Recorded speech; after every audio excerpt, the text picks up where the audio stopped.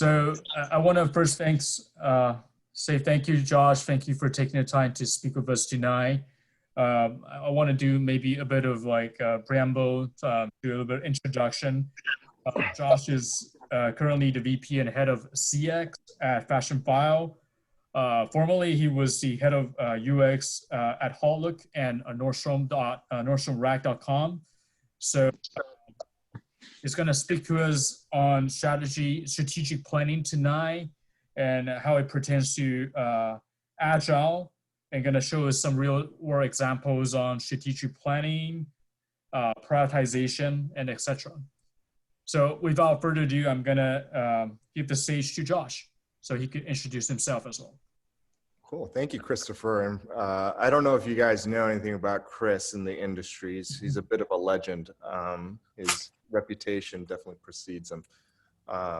So thank you for this opportunity to speak at your class. I wish there was a way I could see your guys' faces and like talk and do it more conversationally, but I understand you're probably at home cooking or whatever. But I'll do my best to answer any questions if there's a way for me to see questions, or if you want to chime in at any point. So thanks, Chris, for the introduction. So I should kind of be truthful about that, is that I have a design background. And you might think that's a little bit odd that I'm talking about product management and kind of process and prioritization of projects, things like that. But in truth, high form design is very much overlaps with product.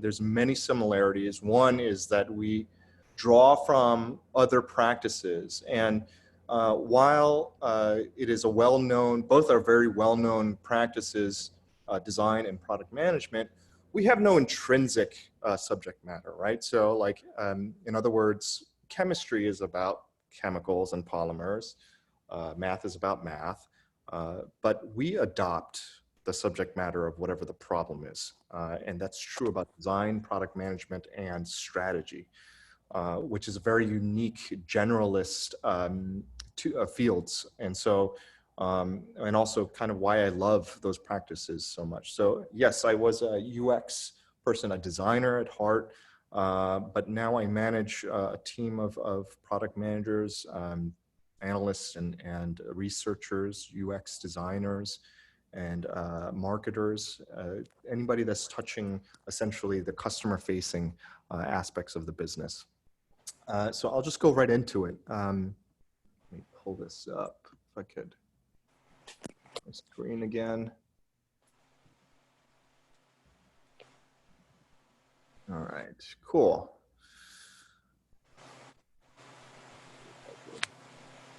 And I don't know how good my internet is, Chris, so if you want to. That's perfect. Yeah. Yeah, if I cut out, just let me know.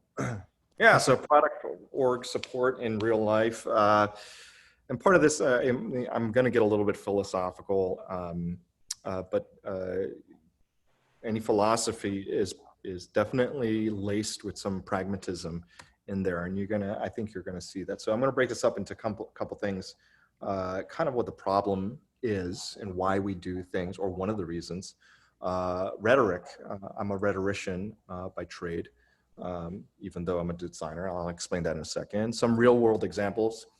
And I give you just a handful, and I think you've seen probably a lot. So I'm going to try to show you the more novel aspects of them, and maybe things that you might have not seen.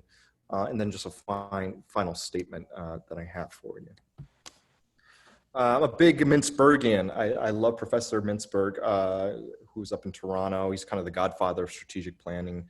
One of his quotes here I just want to share with you: strategy is not the consequence of planning, but the opposite. It's the starting point. And this has a lot of implications around things like Agile, doesn't it?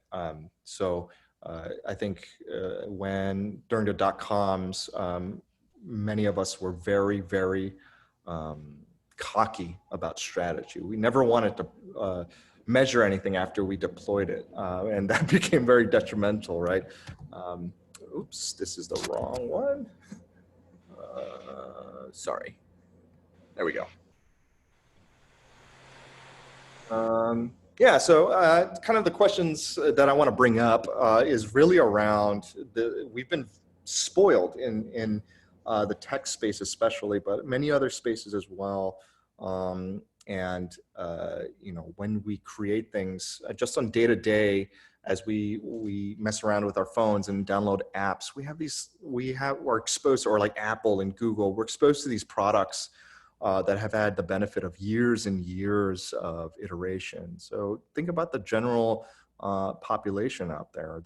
They get to use products every day that do so many wonderful things. So in an organization, you've got your customers and your stakeholders, and they have this expectation of things being very perfect, right? So I'm sure you guys have been talking and learning about Agile and the benefits of kind of iterative process. But how do you reconcile that with the expectation that everything needs to be like pristine and work really, really well and have all the features and bells and whistles that are needed in there? Now, this is a big issue within the organization, especially when you walk into a room of people who are running operations at an organization. You can't walk in there and say, hey, this isn't Agile, we need to switch to Agile. They're not going to know what you're talking about, nor will they want to welcome that kind of change. It sounds so foreign,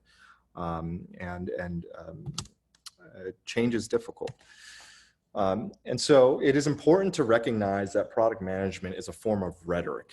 And there's two types of rhetoric. And when I say rhetoric, there's a very specific definition there, is that it is the art of convincing, opposed to dialectic, which is a community-based way of building.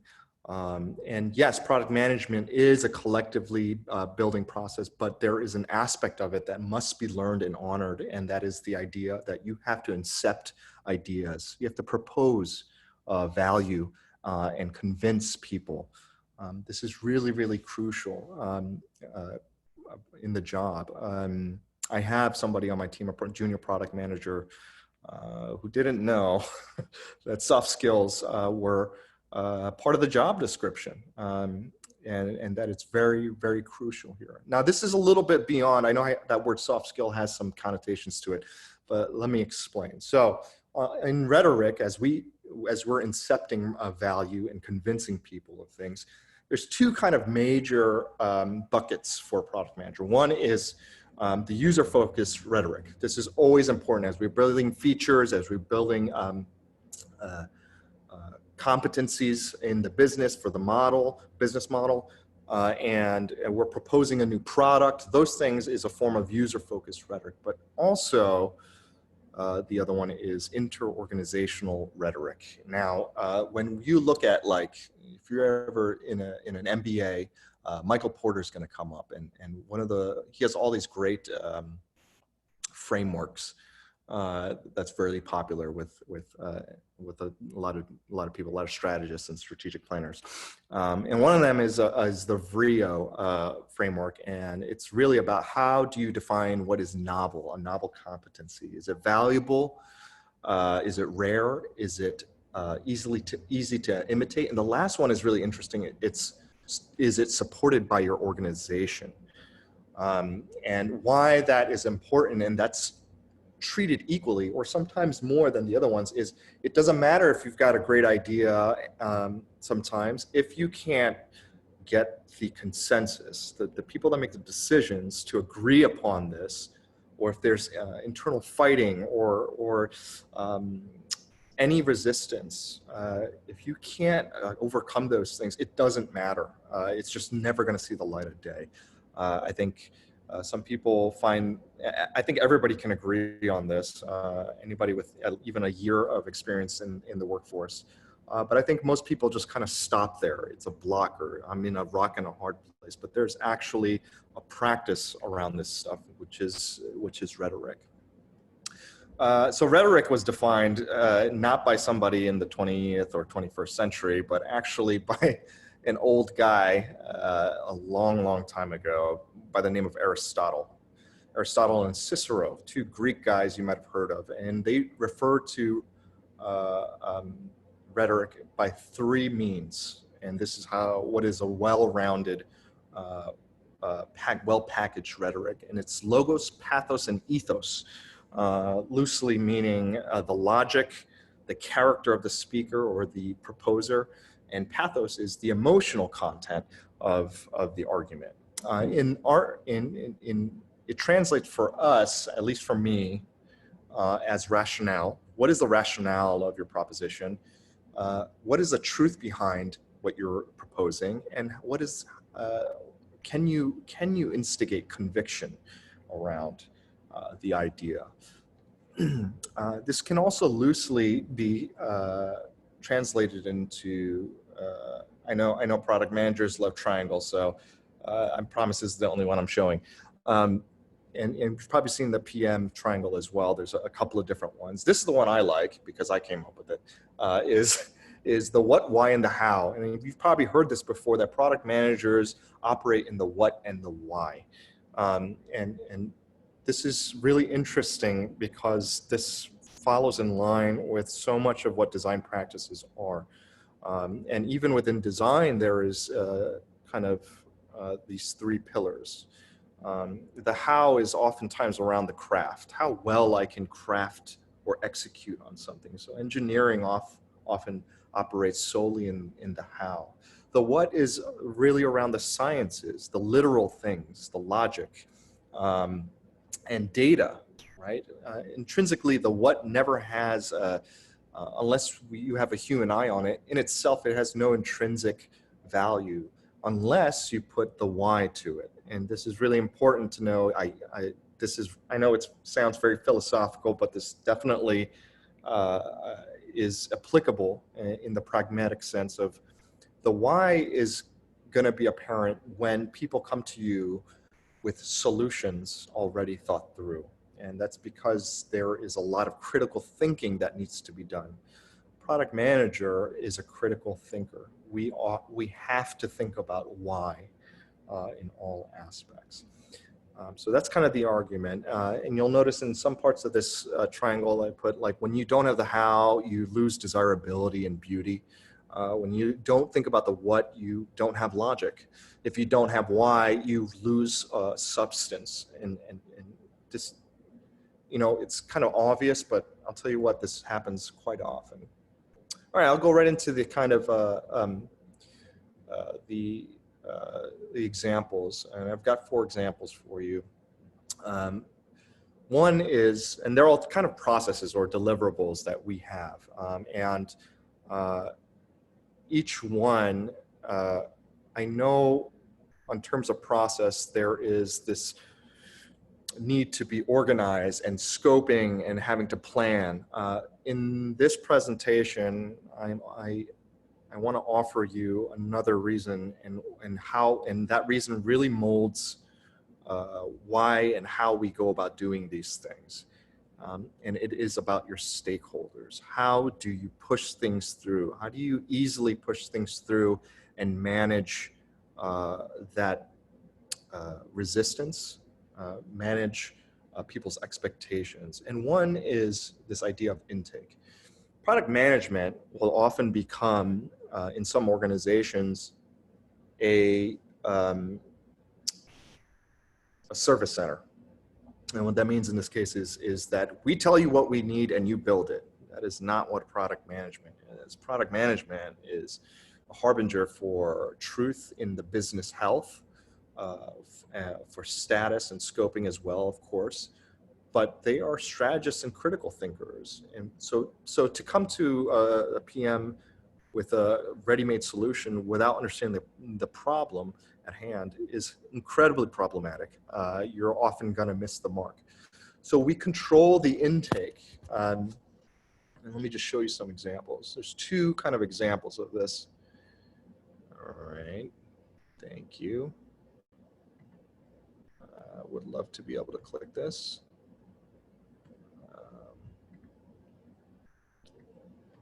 Guess I'm just going to have to.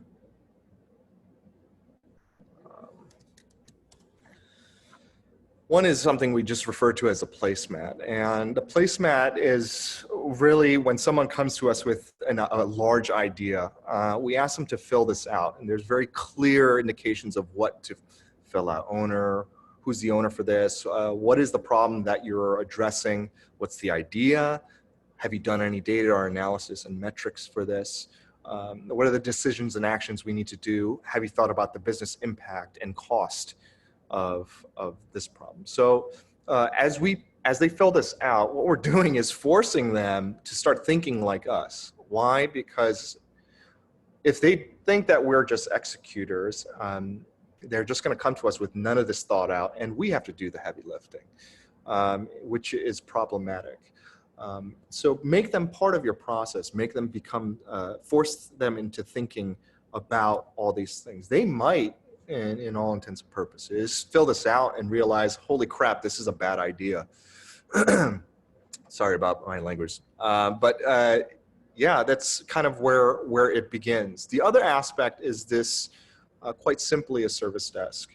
And it has the same principles as I just showed you. So as they go through here, and they want to make requests, they have to think through all the same things. What is this for? Who am I affecting? What platform is it for? All these things need to be accounted for, and they get to watch this ticket as it goes through, and they're involved in the whole process. This has sufficiently quelled a lot of complaining or difficulty that we might have had in the past using these two methods.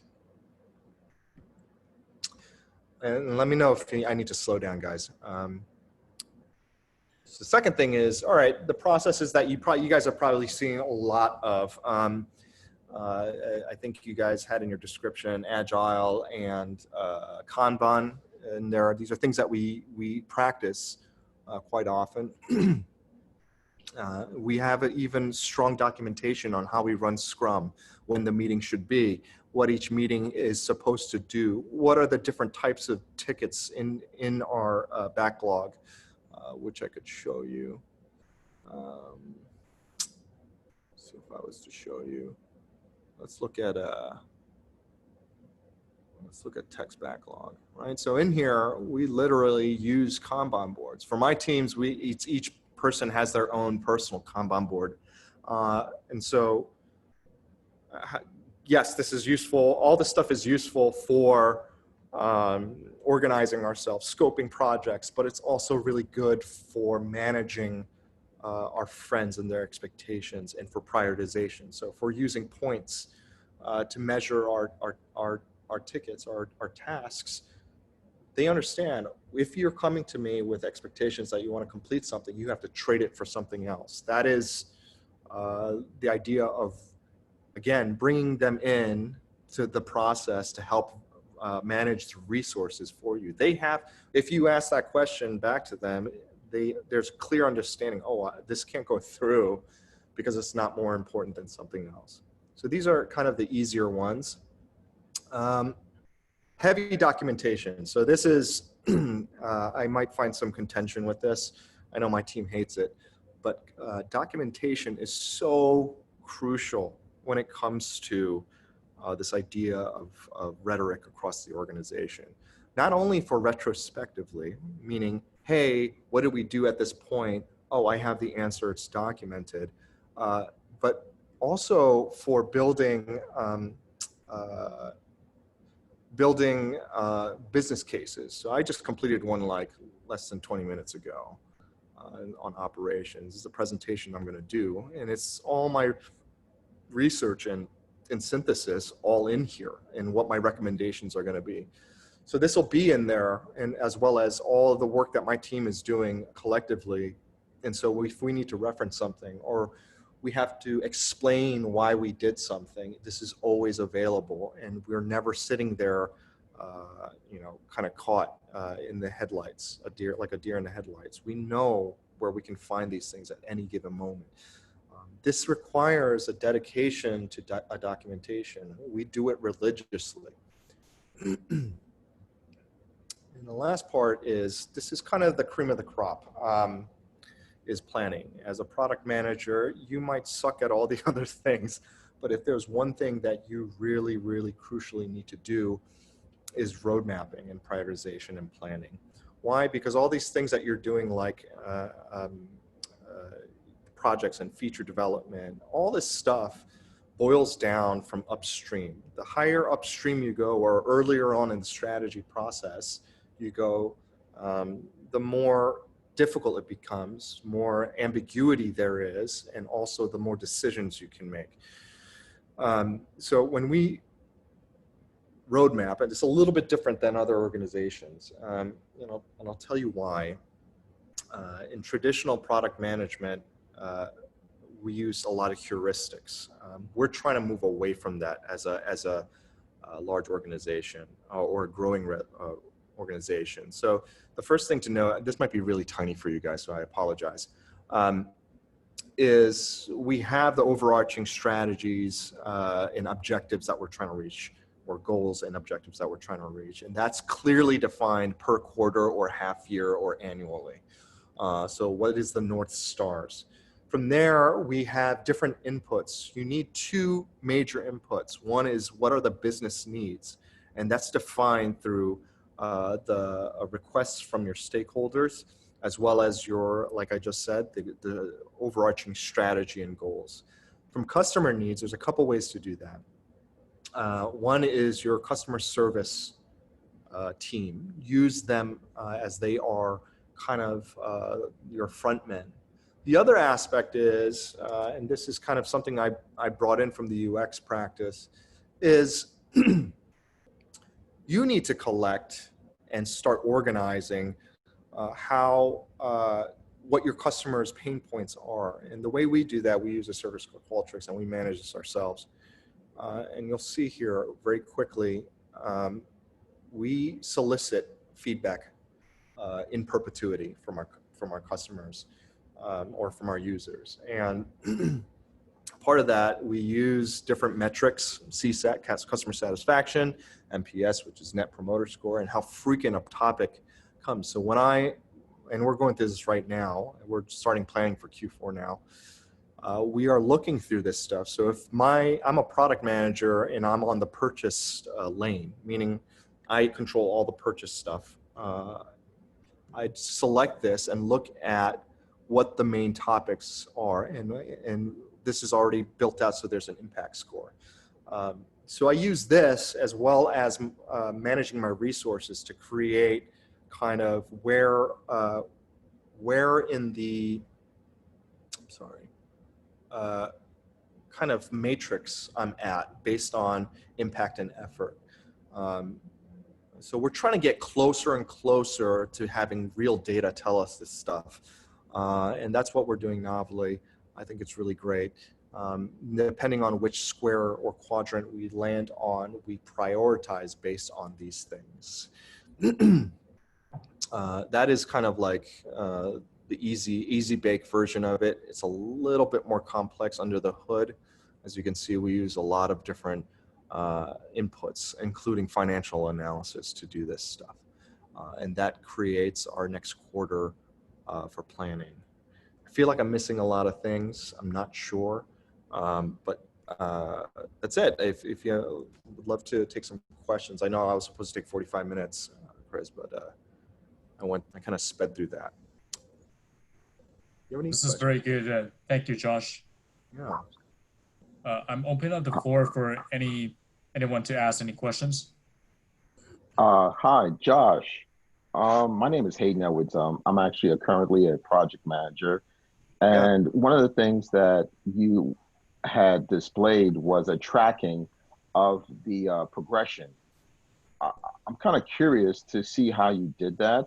I'm in a sort of a mixed environment of a waterfall administration with a agile implementation team. So how best do you convey agile progress to I would say a waterfall minded administration, or have you encountered that? So we're I think what you're referring to, we refer to as a wagile. So we are also a wagile hybrid. A wagile. Okay. A wagile, yes, is the terminology used. And there's an appropriateness to both, and it's important to educate them with that. I would say waterfall is incredibly appropriate when you are so far from the mark, right? Like we talk about the mark as, some people call it table stakes, or infrastructural transformation or digital transformation. That's sometimes appropriate to take a waterfall approach. You will be far from the mark for sure. But in between those big benchmarks, this is just my belief, by the way. I'm not going to cite any documentation on this, but this is just my belief is Agile is appropriate when you want to take big leaps. Agile is when there's a lot of ambiguity and you can't afford too many mistakes. That's just my opinion. Don't yell at me, Chris. And so when it comes to when it is appropriate to Agile, I'm assuming this is what you're talking about, and you said your administration believes in big fat changes quickly. Is that what you mean? So for waterfall, I would say for me,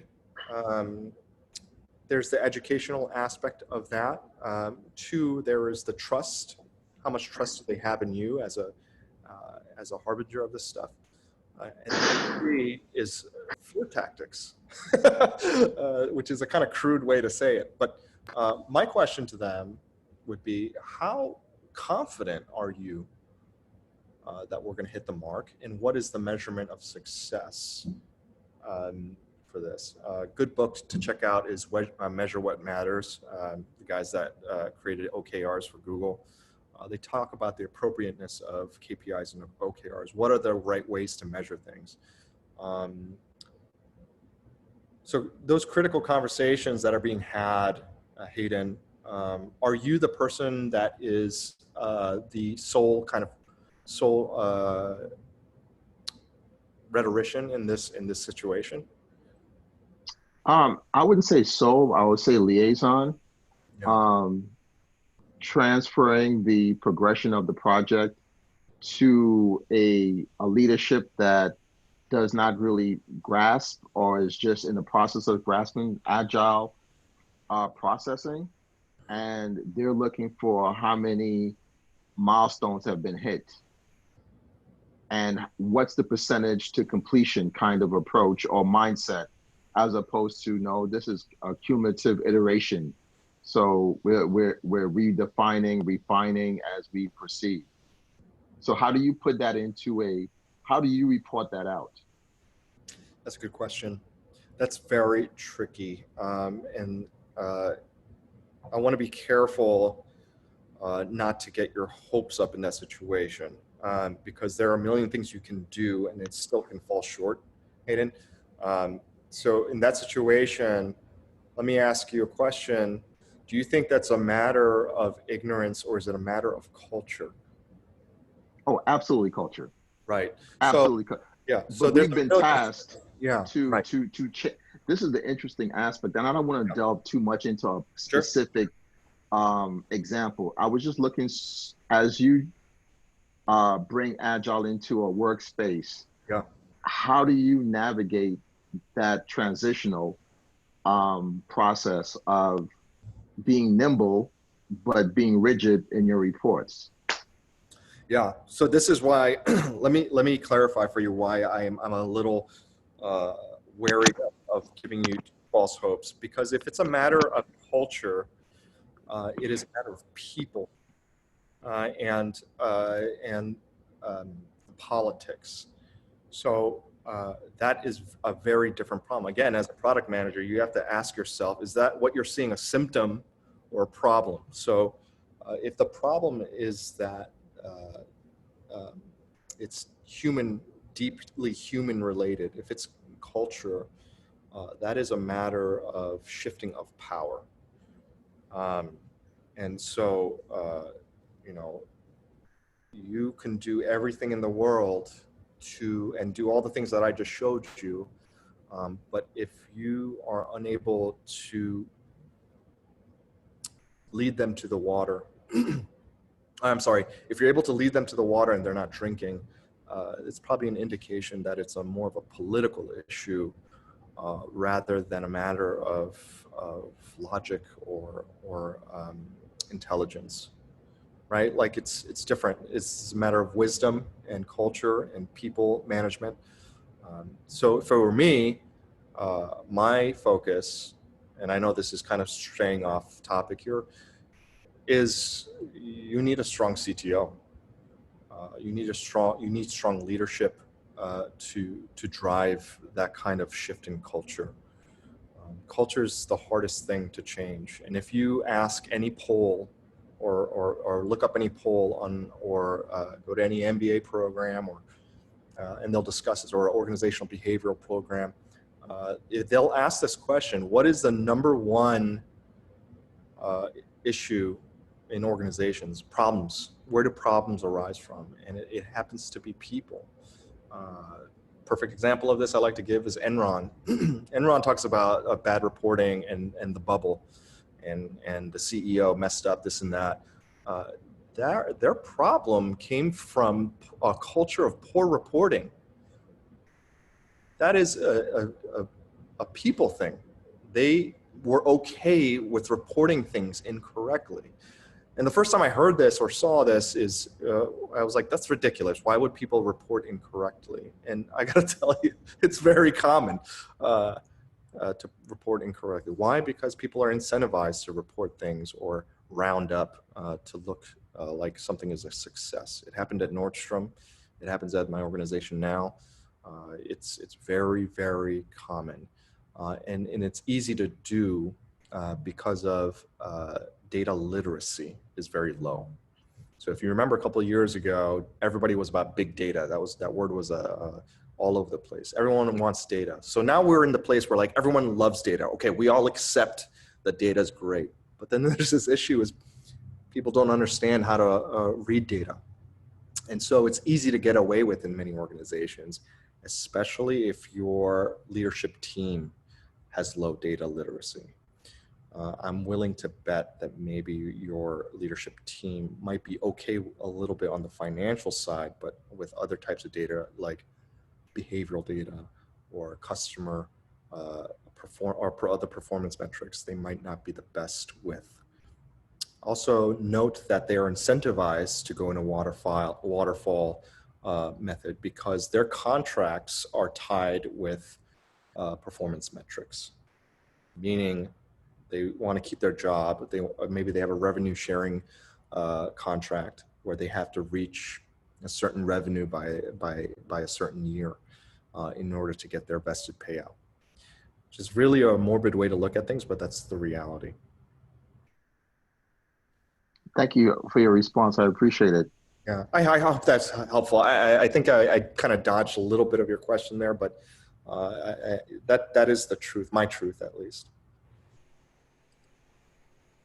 Thank you, Josh, for your discussion. So I think what you were mentioning about company culture and in contrast, data-driven decision-making as a culture is really important for project managers, but any recommendations on how to marry being data-driven with being with your ethos with your rhetoric? Yeah. So data is interesting. It's like kind of like technology, right? Where it's intrinsically has no positivity or negativity. Like data just is data. It's just neutral. But and a very good place to look for this is Edward Tufte. He talks about the visualization of quantitative information. TUFTE, I think. And his kind of not hypothesis, is just what he talks about, is how we as people can design how we show data for the good of mankind. And that in itself is a form of rhetoric. How we show or create meaning in numbers or meaning in data is an art in itself. And data, in other words, and there's a really great example. I forget whose TED Talk this was. And please don't, I'm just the messenger here. So if you're religious, please don't be offended with what I'm saying. It's just the rhetoric of this individual is he showed a chart that showed where he analyzed the Bible. That was like his thing. And he went with, like, the chart showed when a prophecy was declared and when the prophecy on the timeline, when it was reconciled.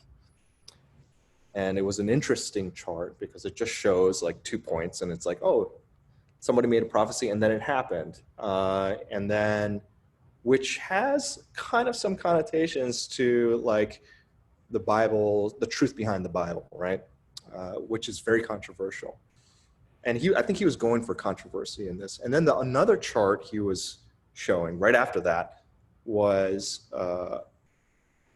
where at a point where a declaration in the Bible was made, and then a point in the Bible timeline where it was contradicted, which was very fascinating to me, by the way. So don't get offended if you're Christian. I'm Baptist, so this has nothing to do with religion for sure. Data can shift based on your rhetoric, right? And that's something you have to respect about that. And the same thing with technology. The internet, there are some dark parts of the internet and some wonderful parts of the internet. The internet itself has no intrinsic good or bad. It's how we treat it. So with that in mind, how as someone that grooms data, how are you going to treat it is the obvious question for me. And when you look at my documentation, my team's documentation, it is important that we note all the citation and sources, what date we got it from. It's clean. And that rhetoric, when I talk to my team about it, because they're sick of me talking about rhetoric, I talk about bulletproofing. Think about if you were somebody else and you wanted to break your rhetoric, what would you be asking? And so you should be thinking of these things preemptively. And as you get smarter and more knowledgeable of the business space, you begin to be able to hear that voice as you're building out your rhetoric, and you get better and better.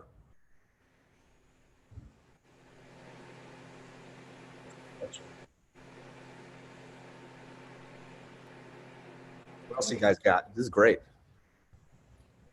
Hi, Chris. My name is Mitra. How are you? I mean Josh. Hi, Mitra. Sorry, I got the names confused. Okay. So thank you for your talk.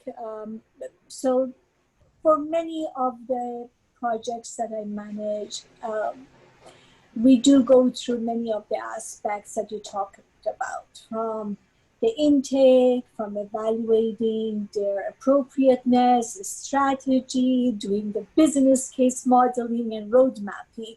Mm-hmm. But it's still, because of the culture, whenever there are new ideas, you face with a lot of resistance, even though you think it is very beneficial toward that road mapping. Sure. How do you go about avoiding those conflicts or those resistance, and how do you go about selling your ideas? Sure. Oh, selling my ideas. That's good. All right. Okay. Yeah. Number one, I would not avoid those conflicts. I know I'm now in Los Angeles, but I am a New Yorker, and my about 10 years of my career was a Madison Avenue man. Meaning I was in advertising. And build really strong silver tongues. We're good at talking off the cuff. And something that we adore sometimes is debate and conflict. So I like contention. I really do. The one thing that many people fail at in New York, even if they're good talkers, is they're not good listeners. So the funny thing is, if you're trying to sell something, it's not that you need to be a good talker, even though that helps. You need to be a good listener. And if you're not very empathic, and I'm not very empathic, that has been a big detriment to me as a designer. You got to learn to listen well, active listening, affirmations, all those things as someone is talking to you. What you're trying to hear is not what they're saying, is what they're meaning when they speak. Again, this is kind of crucial in this practice, or in any practice, I would guess, is you're trying to find the problem, not focus on the symptom, right? If your child came to you and had a huge wound on their knee, right, and then you treat the knee, are you thinking about the knee, or are you thinking about how the heck did this happen, right? So in those situations, selling, I have found, and I know this is very different than what you might hear in other places, because everybody talks about the elevator pitch and stuff. I don't go for that.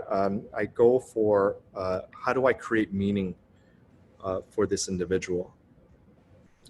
And that's the premise of design and product management and solution building and all those things. So you are no longer in this sense, you are no longer a victim or an attacker. You are a facilitator. So there's a professor named Richard Boyatzis and Dan Goleman. They wrote a book called Primal Leadership. And they talk about the boardroom, the different archetypes in a boardroom, right? And usually there's like someone that looks like the leader. It's like running the meeting. They sit at the end of the table, and then someone is doing like they're like the timekeeper. There's a scope keeper. There's someone called a silent genius, who's very quiet and then says something and everyone's mind is blown away. There's a last archetype in there called the facilitator. And what's interesting about the facilitator is they're the hidden leader in the room. They already know the answer. They already know how to get there.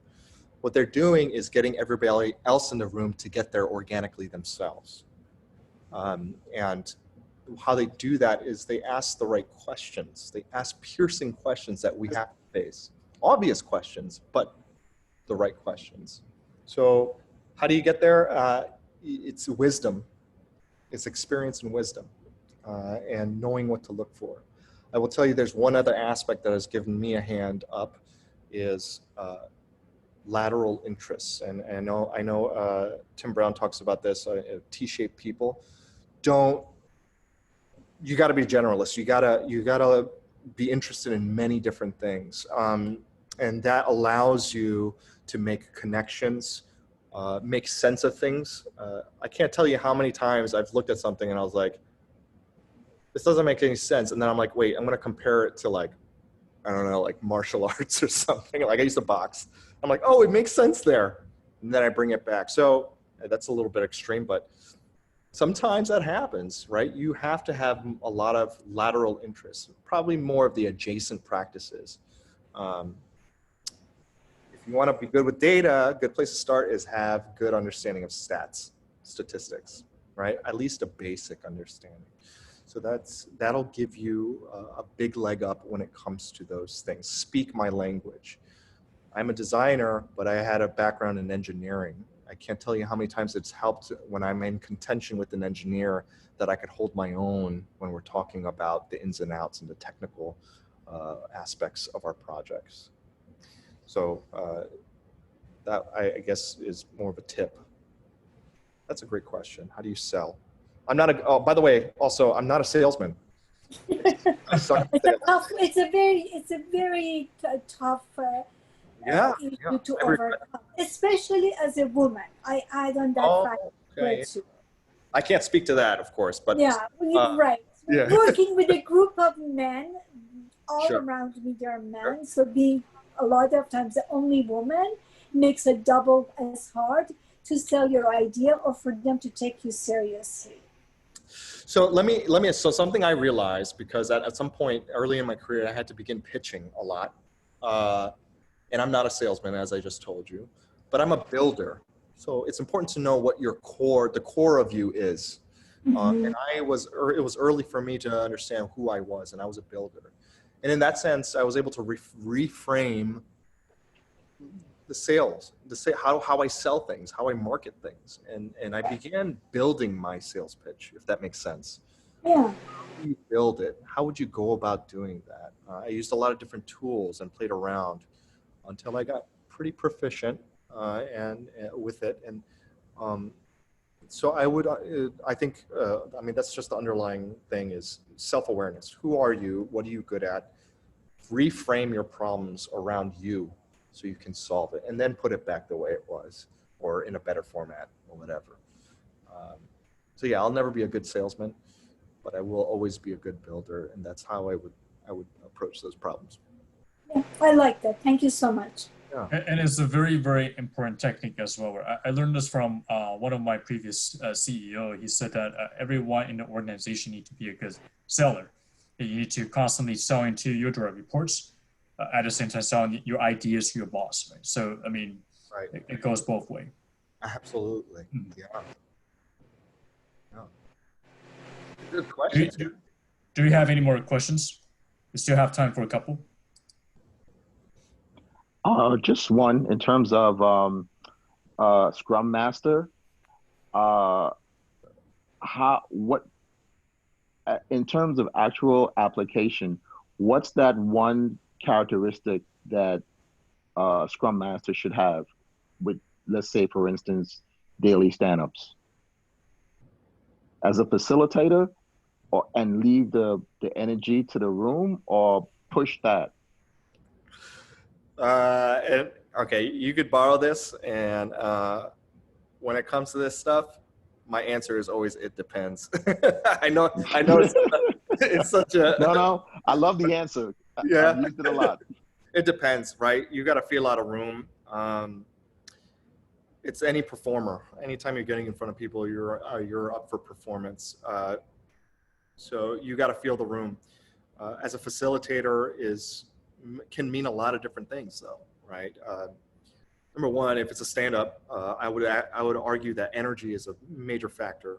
If you are a leader of any sort, don't show your exhaustion in those meetings. Don't do it, because then everybody else is exhausted for the rest of the day. So bring the energy for a stand-up for sure. Smile.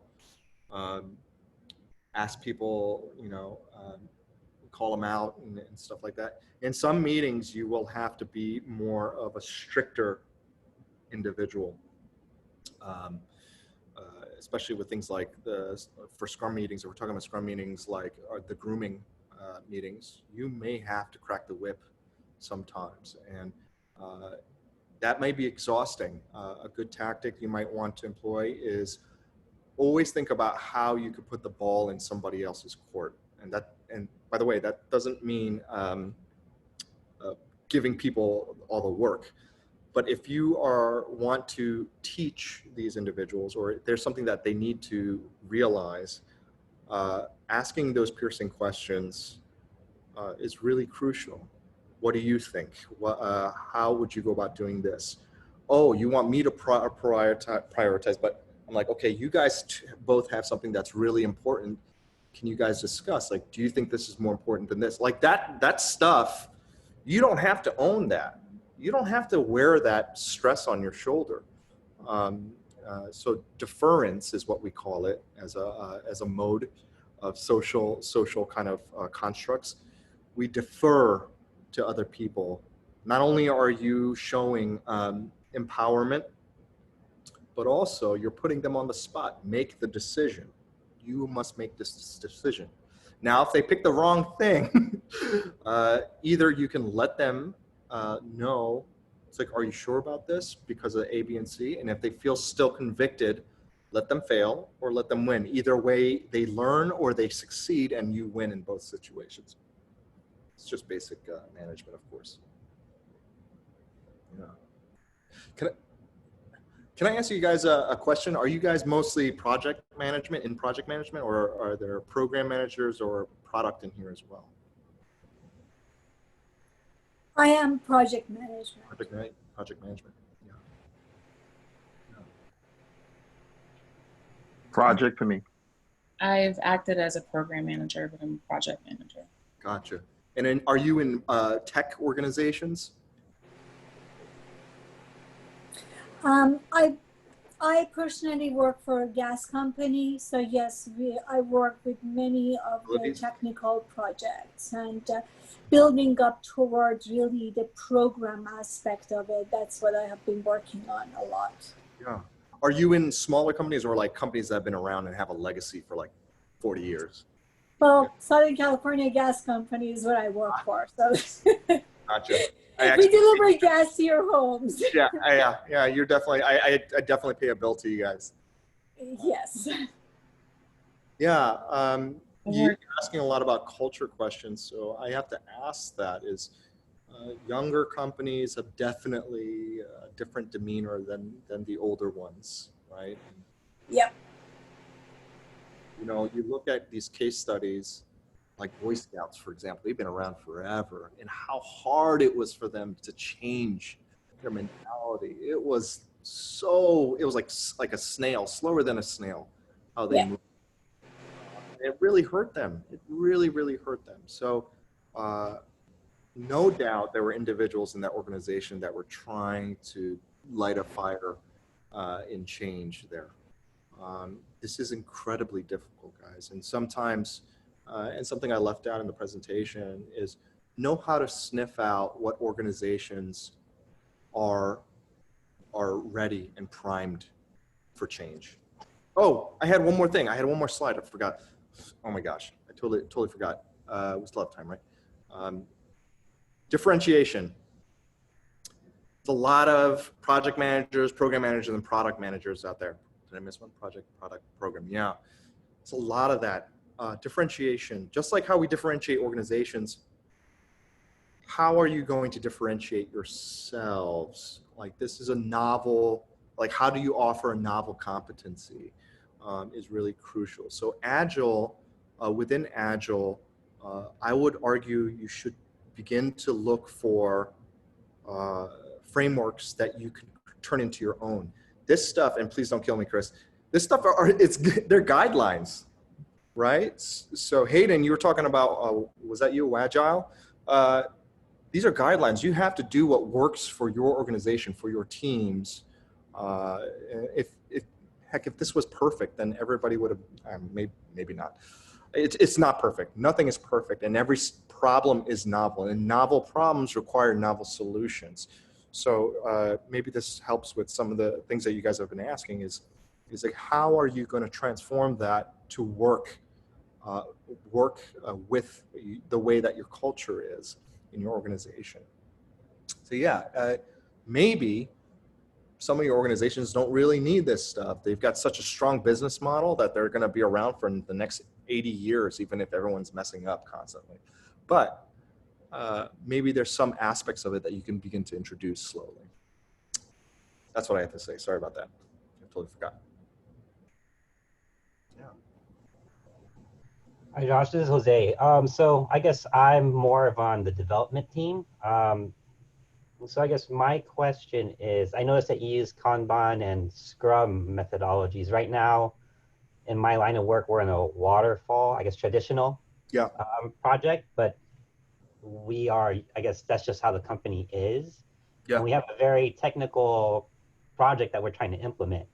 So I guess what's the best, I noticed that you mix both, but I guess what are the pros and cons of mixing Kanban and Scrum, and what have you found out to work for you? Okay. Can I ask you one question before, just a clarifying question, but you do waterfall, but do you guys measure it afterwards? No, there's no really, I guess, measurements taken other than, hey, we finished a project. What type of business is it, if I might ask? I guess I work for a DWP. So AWP? Company, Los Angeles Department of Water and Power. Oh, okay. You're in utilities too, and I pay. Yeah, I pay you guys as well. Yeah. Okay. So when it comes to municipalities, and tell me if I'm wrong, it is a municipal entity, or is it a privately owned organization? It's municipal. Yeah. They don't have to. Again, it's one of those situations. They don't have to.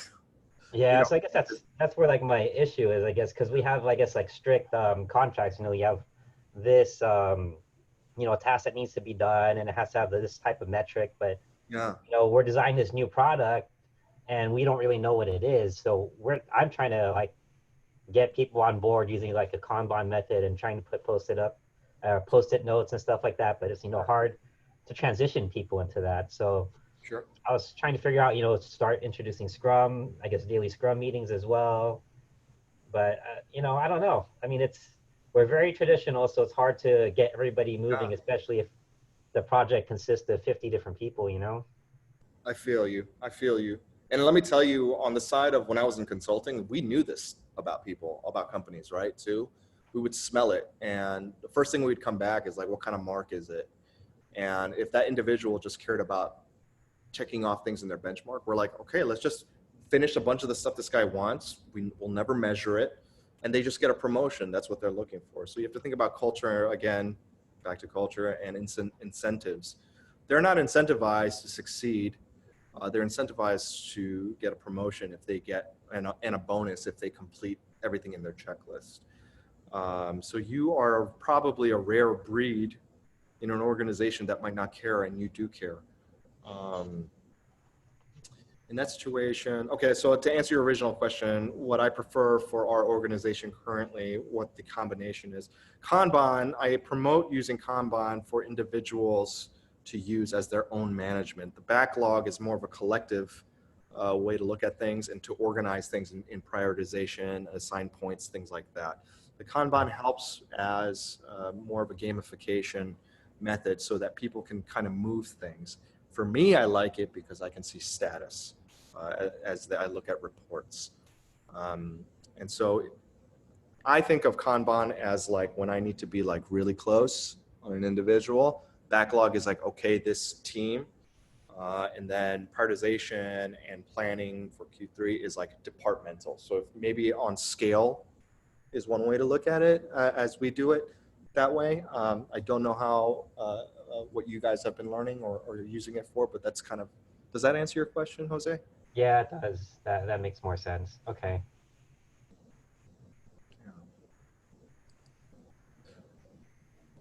I can hear the distress in your voices, and I'm really sorry about that. The workplace is substantially difficult to navigate. Maybe I would love to share. It's not on topic, but I would love to share maybe some things that might give you some legs up. Is something that helped me when I moved to LA. It was substantially easier to navigate. I had a couple of superpowers here that were commoditized on the East Coast. One is the ability to talk off the cuff very quickly and be comfortable presenting and convincing people. And the other, I guess, in some senses, it was a detriment in some ways, but also could be a positive, is New York has this culture of busyness being productivity. And so I had a 9-to-9 life for a long time, and coming here, I was able to go from up here to kind of slow down. So not to say that folks here don't work hard, they absolutely do. But I guess that ability to dedicate more if I needed to certainly helped and was an advantage. I don't know if you can use that information or not. For the off-the-cuff stuff, that is a learned skill. I did a lot of weird things growing up, including like improv classes, Toastmasters, things like that, music improv as well. And you learn kind of this ways of skills like banking. So like as I'm speaking, I'm thinking of the next 4 things I'm going to say. It gives me enough time to think ahead, to package those thoughts. So when I do say it, it sounds really organized and well thought through. So that's what banking is, or like buying yourself time to think. And those are like filler words, like things I'll say will be, it's like, that is a really good question. Let me think about that. It's given me 3 seconds to think through things. So those methods you learn from those classes, and doing that in practice has certainly helped in the space here. I don't know if that's helpful, but that's what I got to share. I think that helps a lot. Yeah. Oh, and find mentors. I don't know what it is. Everybody I've seen around you, that they don't want to find mentors. Advocates are so important in the organization. Find advocates. Yeah, that was the one thing that I guess I was kind of bummed out, because I had one really good mentor, and then he retired. So now I was just kind of left in the dust. So I was like, oh no. Yeah. I mean, but when you guys are talking about convincing an organization, advocates is a huge way. And sometimes it starts with you being an advocate for other people, the right kind of thinking, and that's reciprocated for sure. Yeah. Oh, thanks. Yeah. Thank you, Josh. Do we have any more questions on the floor? Well, we have Josh here tonight.